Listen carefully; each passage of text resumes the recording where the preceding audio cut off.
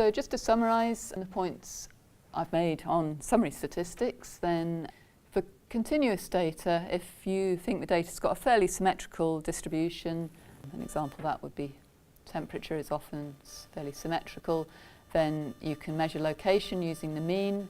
To get the spread of individual values, then we've got the standard deviation, the accuracy of the mean, which is related to the standard deviation.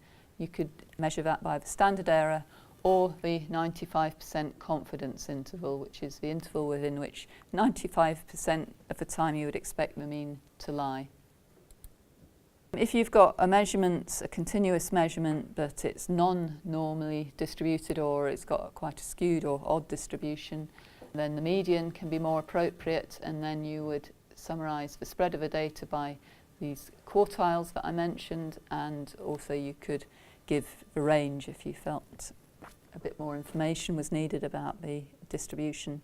We've just looked at time to event data when the event may or may not happen.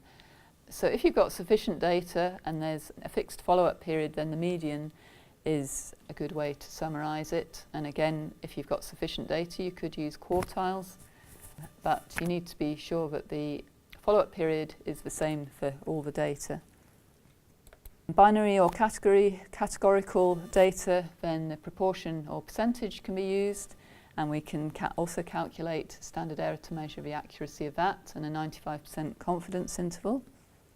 And then ordinal data, we've got the choice of presenting either proportions of observations that have each of the values or we can obtain the means. And I'd say if you've got more than 5 categories, that can be a neater way to summarise the ordinal data. And if you get the means, of course, you can get the standard deviation as well, but for both standard error and the 95% confidence interval can be used to measure the accuracy of the proportions.